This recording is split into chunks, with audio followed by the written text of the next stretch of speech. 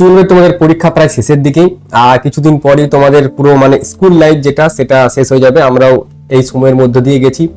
এবার তোমাদের নেক্সট ধাপ হচ্ছে যে সবাই নিজের নিজের স্বপ্ন নিয়ে ব্যস্ত, যে যার স্বপ্ন ছোটবেলায় দেখেছে সেই স্বপ্নগুলো পূরণ করার জন্য কেউ ছুটবে ইঞ্জিনিয়ার, কেউ ডাক্তার বা কেউ অন্যদিকে। এবার আমি যখন অফলাইনে পড়াই তখন অনেক স্টুডেন্ট জিজ্ঞাসা করে যে স্যার 12 পর আমরা কি করব, কোন দিকে যাব, কোন দিকে গেলে তাড়াতাড়ি চাকরি পাওয়া যাবে বা তাড়াতাড়ি টাকা ইনকাম করা শুরু হবে। বাস্তবে কোশ্চেনটা ঠিকই, সবকিছু আমরা যে পড়াশোনা করছি এই সবকিছু কি জন্য, টাকার জন্য করছি আলটিমেটলি।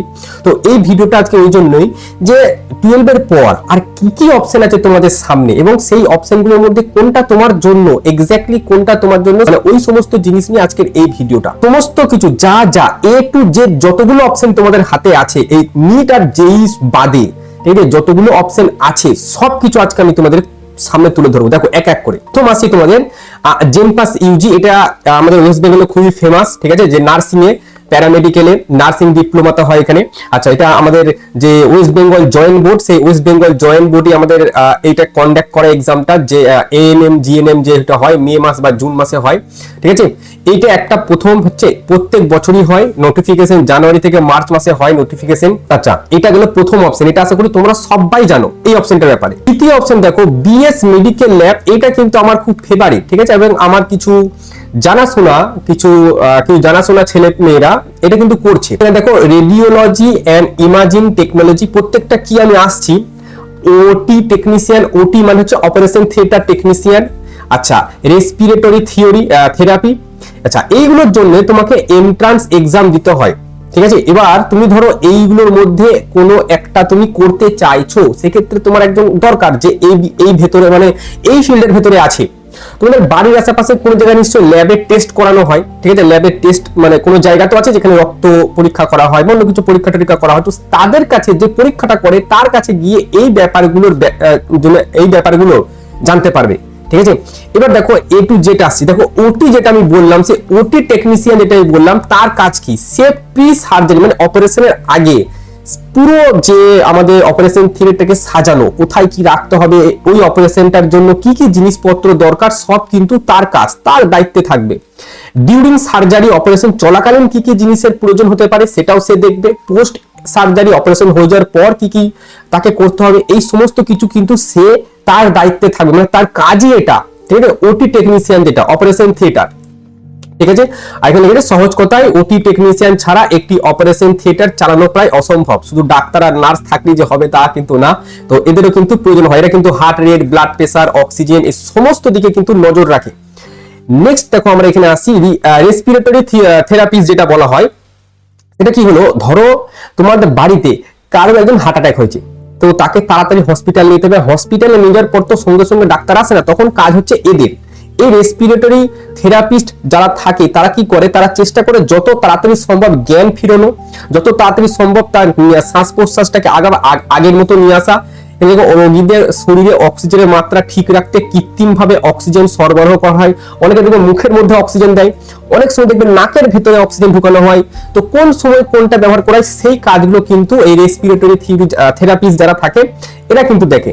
আর একটা হচ্ছে আমাদের রেডিওলজিস্ট যেটা ছিল, সেখানে X ray, CT scan, MRI, ultrasound, এই সমস্ত জায়গায় যেসব মানুষগুলো থাকে মানে ভেতরে ওই রুমটার ভেতরে যারা থাকে তাদের কাজই হচ্ছে এটা।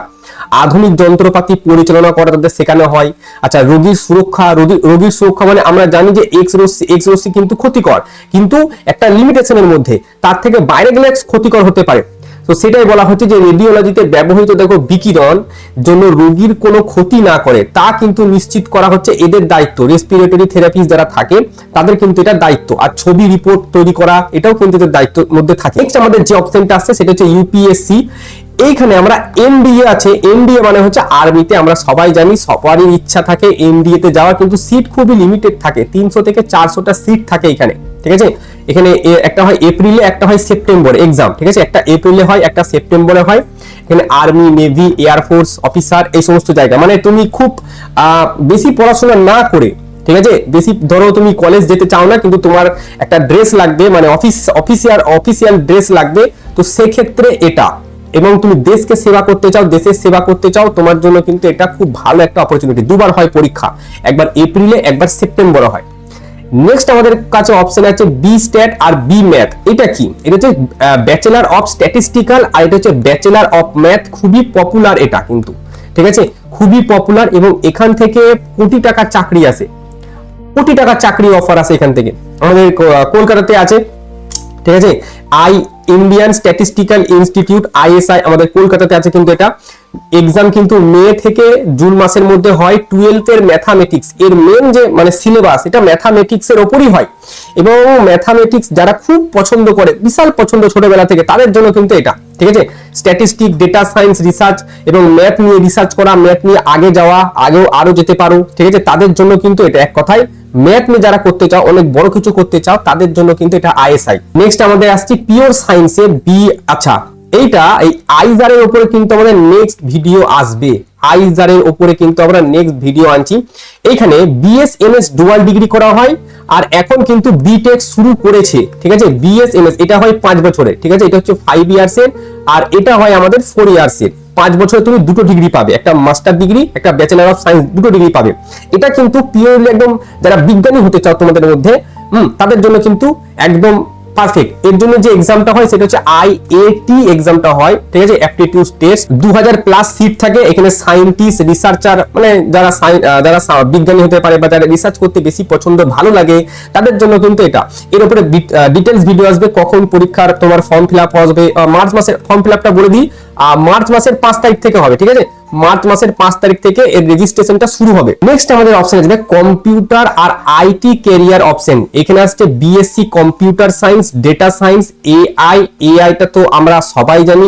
ML হচ্ছে মেশিন ল্যাঙ্গুয়েজ, আমি নিচেই দেখো লিখেও দিয়েছি AI আর ML মেশিন ল্যাঙ্গুয়েজ জিনিসটা কি।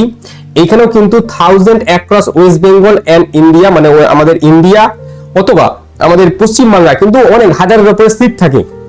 এর জন্য কিন্তু তোমাকে আলাদা এক্সাম দিতে হবে, ইউনিভার্সিটি বা মেরিট এক্সাম কিন্তু আলাদা হয়ে তোমাকে দিতে হবে। এই সমস্ত যে ডিগ্রিগুলো আছে, BSc computer science, data science, এই সমস্ত জায়গায় যদি পড়তে চাও, এই সমস্ত ডিগ্রিগুলো অর্জন করতে চাও, মানে BCA ডিগ্রিটার নাম হচ্ছে BCA, সেই ক্ষেত্রে তোমাকে কিন্তু পরীক্ষা দিতে হবে। মানে নেক্সট হচ্ছে SSC exam after 12।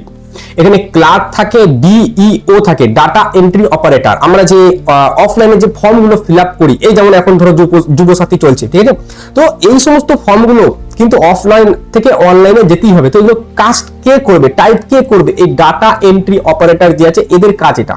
Multitasking staff থাকে এদের। এলিজিবিলিটি 12 পাস হলেই চলে। 1000 আছে অল ইন্ডিয়া, মানে হাজার মিনিমাম 1000, তার উপরে আছে, বাট থাউজেন্ডস অফ সিট আছে এখানে, ঠিক আছে, অল ইন্ডিয়া, অল ওভার ইন্ডিয়াতে। নেক্সট আমাদের অপশন আছে RRB NTPC এর গ্রুপ ডি।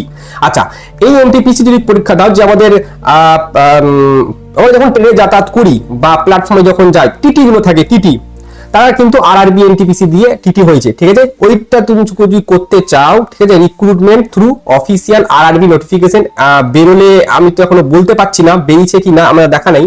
আচ্ছা, এখানে কিন্তু গভর্নমেন্ট সেক্টর ক্যারিয়ার স্টেবিলিটি, তুমি একদম 12 এর পরে ডাইরেক্ট গভর্নমেন্ট জব যদি পেতে চাও, তাহলে এইটা বেস্ট অপশন, ঠিক আছে, এইটা কিন্তু best option. RRB NTPC group D একদম, যেহেতু এটা কেন্দ্রীয় সরকারের, তো প্রতি বছরই পরীক্ষাটা হয়, ঠিক আছে। 12 পাস হলেই তুমি করতে পারো। RRB NTPC গ্রুপ ডি দুটো অপশন আছে, তোমার ইচ্ছা। এবার একটা কথা এখানে বলার আছে, তোমরা এই যতগুলো পরীক্ষায় কথা বলছি, এই সমস্ত পরীক্ষাগুলো, মানে বিশেষ করে টেকনিক্যাল লাইনে যেসবগুলো বলছি, তোমরা কিছু চেক আপ করাবে, নিজের বডির চেক আপ করাবে। আই চেক আপটা মাস্ট, ঠিক আছে, আই চেক আপটা মাস্ট। কারণ হচ্ছে আমি যখন আমার এই SSC যেই, আমি যেহেতু ইঞ্জিনিয়ারিং পড়াশোনা করেছি, তো ইঞ্জিনিয়ারিং এ গিয়ে তুমি একটা এক্সাম পাবে SSC যেই, ঠিক আছে। তো এই সমস্ত পরীক্ষাগুলো দেওয়ার সময় পরীক্ষা তুমি পাস করে গেলে তারপর মেডিকেল টেস্ট হয়, ঠিক আছে, তারপরে তোমাদের কিন্তু মেডিকেল টেস্ট হবে এবং মেডিকেল টেস্টে এই আই মানে চোখটা তোমার চিকিৎসা, মানে চোখের পরীক্ষা হবে। এখানে যদি ভুল হয় তুমি বাদ দিয়ে দেওয়া হবে। ধরো তোমরা পরীক্ষা দিয়েছো, ঠিক আছে, তোমরা লোকোমোটিভ যারা চালায়, মানে ট্রেন যারা চালায়, লোকো পাইলট বলা হয়, তো ওদের যদি এখন চোখের ডিফেক্ট থাকে, লাল সিগন্যালটাকে সবুজ দেখছে, ট্রেন নিয়ে চলে গেল, অ্যাক্সিডেন্ট হয়ে গেল, হতেই পারে। তো চোখের যে সমস্যা, মানে কালার, আমি যেমন কালার চিনতে পারি না, কালার ব্লাইন্ডনেস, তোমাদের মধ্যে এরকম অনেকজন আছে কালার ব্লাইন্ডনেস। যারা জানো তারা খুবই ভালো, বাট যারা জানো না তারা একবার যে কোনো হসপিটালে যাবে, একবার চেক আপ করে নেবে। ইনজেকশন টিনজেকশন কিছু দেবে না, জাস্ট একটা খাতা বা বই দেখাবে, সেখান থেকে তোমাকে কিছু কালার দেখাবে, তুমি এটা চিনতে হবে, তাহলে তুমি পাস করে যাবে। আর এই জিনিসটা খুবই ইম্পর্টেন্ট। এই আই মানে এই যে কালার ব্লাইন্ডনেস ব্যাপারটা, চোখে ঠিকঠাক দেখতে পারো কিনা, অ্যাকিউরেট দেখা যায় কিনা, এই জিনিসটা অ্যাটলিস্ট 12 এর পরে একবার পরীক্ষা করে নিও, তাহলে তুমি শিওর হয়ে যাবে যে আমি কোন দিকে যেতে পারি। দেখো আমি পুরো এখানে ডিটেইলস গুলো বলে দিচ্ছি। দেখো WBJEEB মানে ওয়েস্ট বেঙ্গল জয়েন্ট এন্ট্রান্স বোর্ডের মাধ্যমে জেনপাস ইউজি, AMM GMM এর মতো এক্সাম দিয়ে BSc nursing, medical lab technology, radiology এইসব প্রফেশনাল কোর্স করতে পারো। ঠিক আছে, নোটিফিকেশন সাধারণত জানুয়ারি থেকে মার্চ মাসের মধ্যে আসে, আর এক্সাম মে থেকে জুনের দিকে। ঠিক আছে, সিট কেমন থাকে, 1000-এর উপরে সিট থাকে। নেক্সট আমরা যেটা আর্মির জন্য বললাম, NDA, এখানে 300 থেকে 400টা সিট থাকে। আর্মি, নেভি, এয়ারফোর্স এদের জন্য অফিসার হিসেবে যদি তুমি যুক্ত হতে চাও ক্লাস 12 এর পর, কিন্তু ভালো একটা অপশন। আর যারা ম্যাথে বা সায়েন্স নিয়ে খুবই ভালোবাসো, ম্যাথকে বা সায়েন্স, বিশেষ করে ম্যাথের জন্য আছে ISI, আর যদি রিসার্চ বা সায়েন্টিস্ট হতে চাও তাহলে আছে আইজার। আইজার কিন্তু কলকাতাতে আছে। ঠিক আছে, আইজার কলকাতা সব থেকে পুরনো, আর ISIটাও আমাদের কলকাতাতে আছে। 2000-এর প্লাস সিট থাকে। আগের বছরে এই আইজারে প্রায় 1.5 লাখ, আমি যদি ভুল না হয় প্রায় 1.5 লাখ জন কিন্তু পরীক্ষা দিয়েছে।